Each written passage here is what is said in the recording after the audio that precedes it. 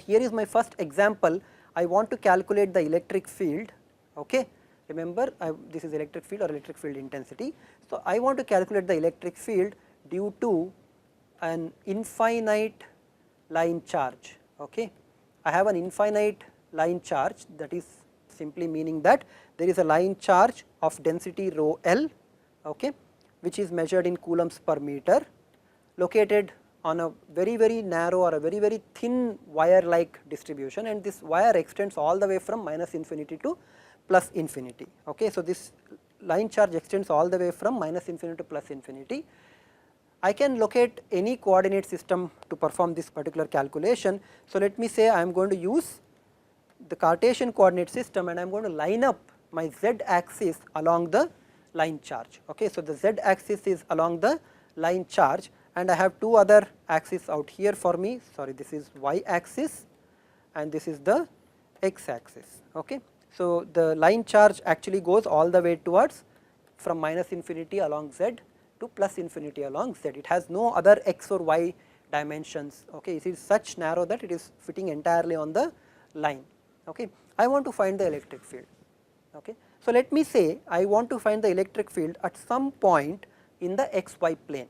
Okay. So, I want to find the electric field at some point in the xy plane. Okay. So, on this plane the value of z will be equal to 0. Okay. How do I find the electric field?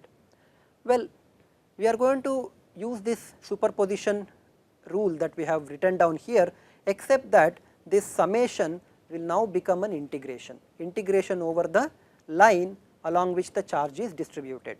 Now, remember that in Cartesian coordinate systems we showed that line integral along the z direction is simply dz along that particular direction, right. So, the line integral is actually along the z direction. So, this dlz is actually along dz z prime. Of course, in this case I do not really need the vector notation. So, I am not going to use the vector notation. Okay. This is how the line charge changes. Okay. Next, I need to first locate particular point on the source. Okay. So, I am going to locate a point at z prime height from the xy location. So, I have xy location out here and I am going to locate a point at z prime and I am going to consider a small incremental distance dz prime here. Okay. What is the charge that is there in this particular small distribution, I mean small differential length dz? What is the total charge that this differential line segment contains? It is simply the line charge density times dz, and we are really thankful that this line charge density is uniform in the sense that it does not depend on x and y coordinates. It in fact does not even depend on z coordinates. It is constant everywhere. So, this is the amount of charge, the differential charge that this particular line segment dz prime actually possesses. Okay. Now, this is the source point. So, source point is given by the position vector r prime, which is z prime in the direction of z axis, correct. What about the field point? Well, to get the field point you have to find the position vector at point xy in the z plane. So, the field point is x hat plus y hat. Okay. There is no z component out there. So, you can clearly find out what is r minus r prime.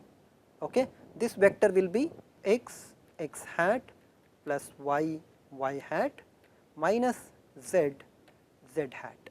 Okay. So, this is r minus r prime vector, which is actually a vector that is directed from the source to the field point. So, from the source to the field point you have a vector which is this particular vector. Okay. So, what is the magnitude of this vector or magnitude cube of this vector? It would be x square plus y square plus, sorry, this is z prime. So, z prime square to the power 3 by 2. The magnitude itself is x square plus y square plus z prime square under root, and then you have to simply raise it to the cubic power. So, it becomes x square plus y square plus z prime square to the power 3 by 2. Okay. Now, I can put down all these quantities inside the integral and I can find out what is the electric field at the position x, y and 0, that is at the z plane at any point x and y. Okay. So, this will be equal to what is the source charge value here? The incremental charge will be rho L dz, okay. So rho L dz, so dz prime is the incremental charge, correct, divided by 4 pi epsilon 0, this is a constant, nothing to do with this particular thing, and did not state that, but I am assuming that this line charge is located in free space, okay. So I have 4 pi epsilon 0 and this quantity x square plus y square plus z prime square to the power 3 by 2, okay, and then multiplied by the vector r minus rj prime, remember. So that vector will be x hat plus y hat minus z prime z hat. No wonder people do not like electromagnetics as much as we would like to, because there are these differentials, integrals that are sitting over here, okay, and these are not very straightforward to evaluate all the times. But the beauty of electromagnetics is that if you perform these calculations, okay, you will realize that or if you substitute these calculations analytically with numerical methods, you will realize that electromagnetics is actually in itself very simple. Only thing is, certain of these things will make it seem complicated, but they are not really complicated, okay. You can get hold of a very nice table of integrals book, okay, and then you can perform all these integrations, or you can get hold of a computer, and with the techniques that I am going to describe to you in later classes, you can perform this entire calculation using a numerical technique, okay. So let us move on. So this electric field is of course not the total electric field, because to get the total electric field I have to contribute, I have to consider contributions of every segment of the line charge, which is going all the way from minus infinity to plus infinity.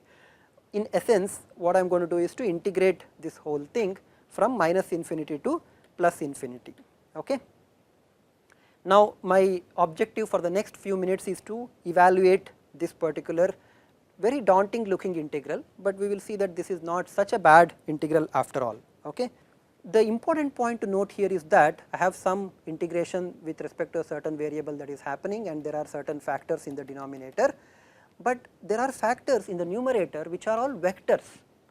So we have probably not seen these type of integrals in our earlier study. We had integrals in which the integrand was simply a function of whatever the integral variable that we had. It had some function, the function could have some constants or something, but that is all right. That inside integrand was always some function, it was not a vector. Now the question is, what do I do with integrals when there are vectors, okay.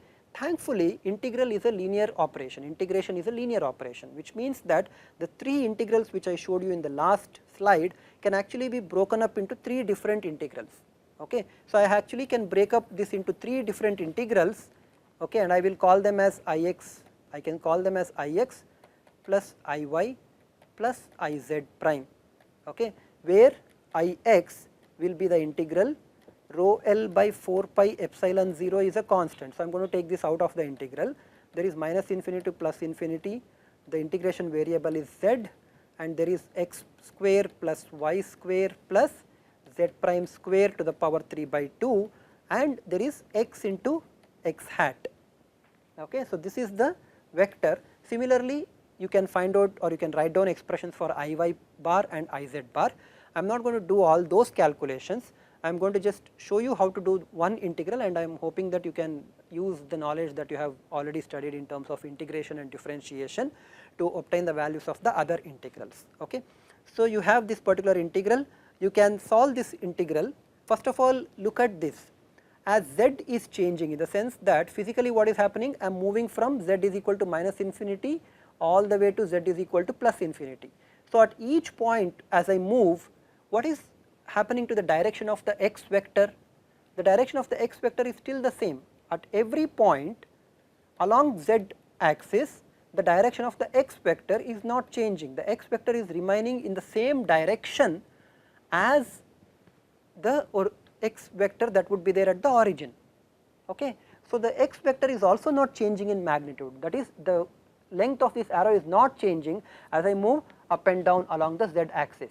So in other words, in this particular case, we are fortunate that this entire term turns out to be constant with respect to z axis, okay. So I can take this entire constant out of the integral, okay. Now I will be left out with something that would look like this. Here itself have minus infinity to plus infinity, there is x dz prime divided by x square plus y square plus z square to the power 3 by 2. Now using the well known techniques of integration, I am going to write down this x square plus y square as some r square. Okay. This is constant because z is changing, not x and y are changing. If I have fixed x and y, then the only way this is changing is because z is changing. Okay. So I can call this x square plus y square as some r square, does not really matter what that r is, or you could call this a square or s square, whatever letter that you want to use you can use here. Okay. And then write down z prime is equal to r tan theta. Okay. So that dz prime will be equal to r secant square theta d theta, and when I change the variable of integration from z prime to theta, of course I have to change the limits of integration. What is the new limits of integration for theta? Well, theta will be equal to z prime by r, or rather tan theta will be equal to z prime by r, and when z prime is equal to minus infinity, tan theta will be equal to minus infinity and theta will be equal to minus pi by 2. And on the other hand, when z prime is equal to plus infinity, then theta will be equal to plus pi by 2. So the integral variables are from minus pi by 2 to plus pi by 2. Okay. So the integral variables are from minus pi by 2 to plus pi by 2. Okay.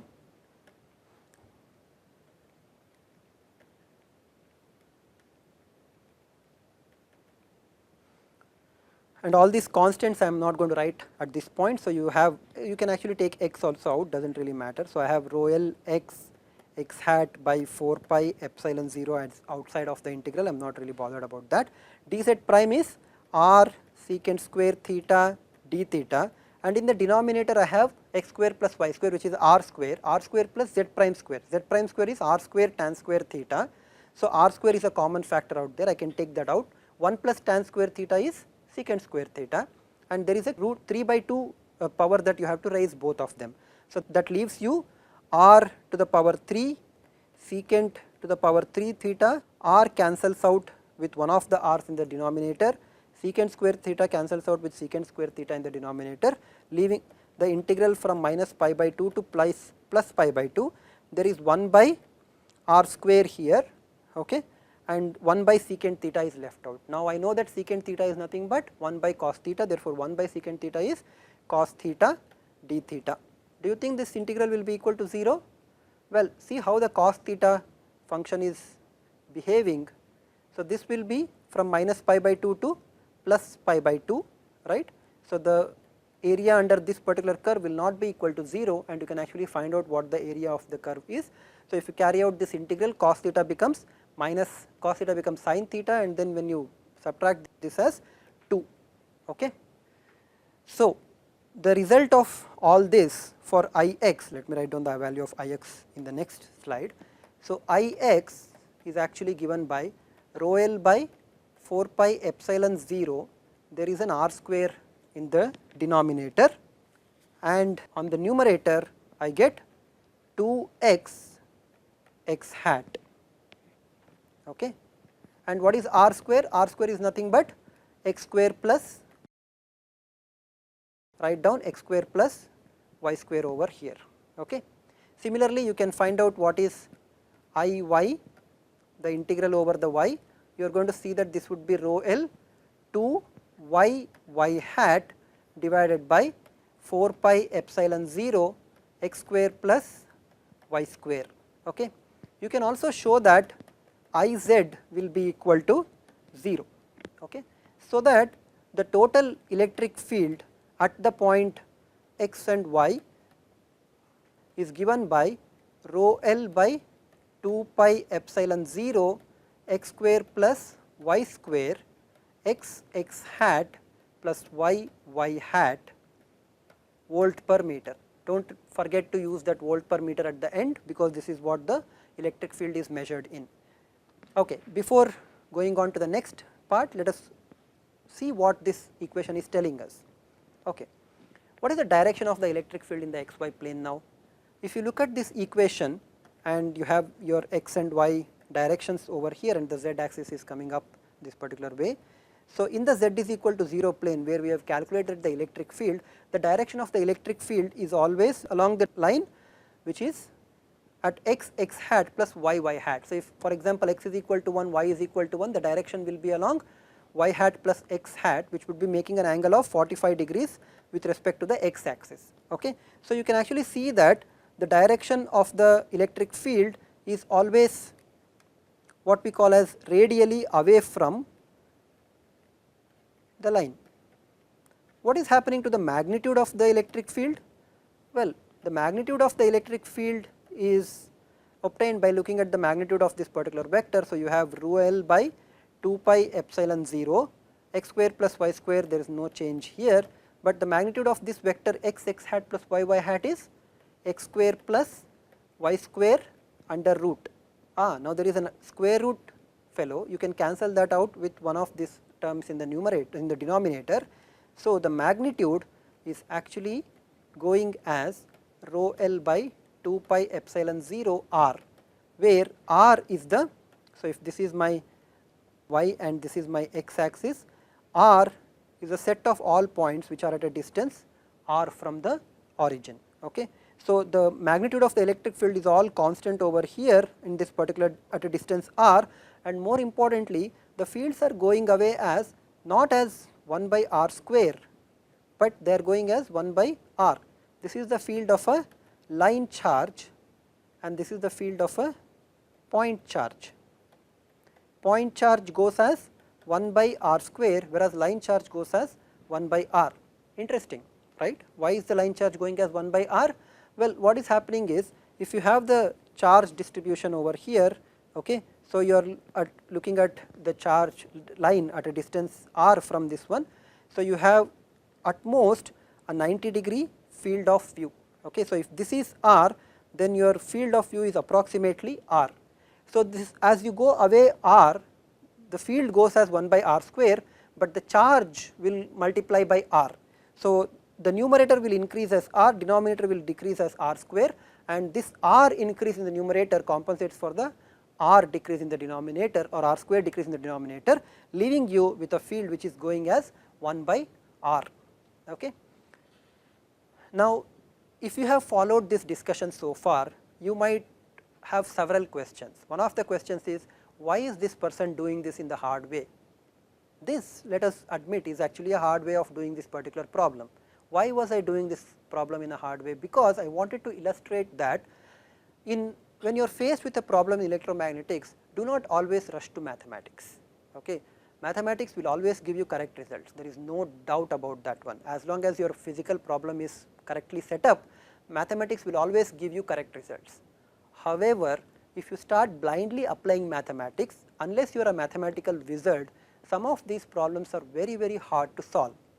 Okay. If you neglect the physics side of the problem, that is to say, you forget how the charge is distributed, you forget how to choose the proper coordinate system, you neglect what is major aspect of these kind of problems called symmetry, you will be doing lot of work, okay, which you could have done in a very short time if you had taken care of all these things. So, you never forget to use symmetry, never forget to set up the appropriate coordinate system, okay, to reduce the amount of work that you are doing in order to get the same result. So, this result is correct, only thing is I did it a hard way to show you that never do these type of problems in this hard way. Okay. Look for symmetry, look for an appropriate coordinate system, and your work will be done in a much faster way. So, the question is, of course, is this coordinate system not suited for this type of charge distribution? Answer is no. There are other coordinate systems, and we are going to study the next coordinate system now, which is much better suited for studying these type of problems. Okay. And that coordinate system is what is called as cylindrical coordinate system. So, we are going to look at cylindrical coordinate system, okay, and some surprises will be there if you are coming from Cartesian coordinate system, and hopefully keep these surprises in your mind. Okay.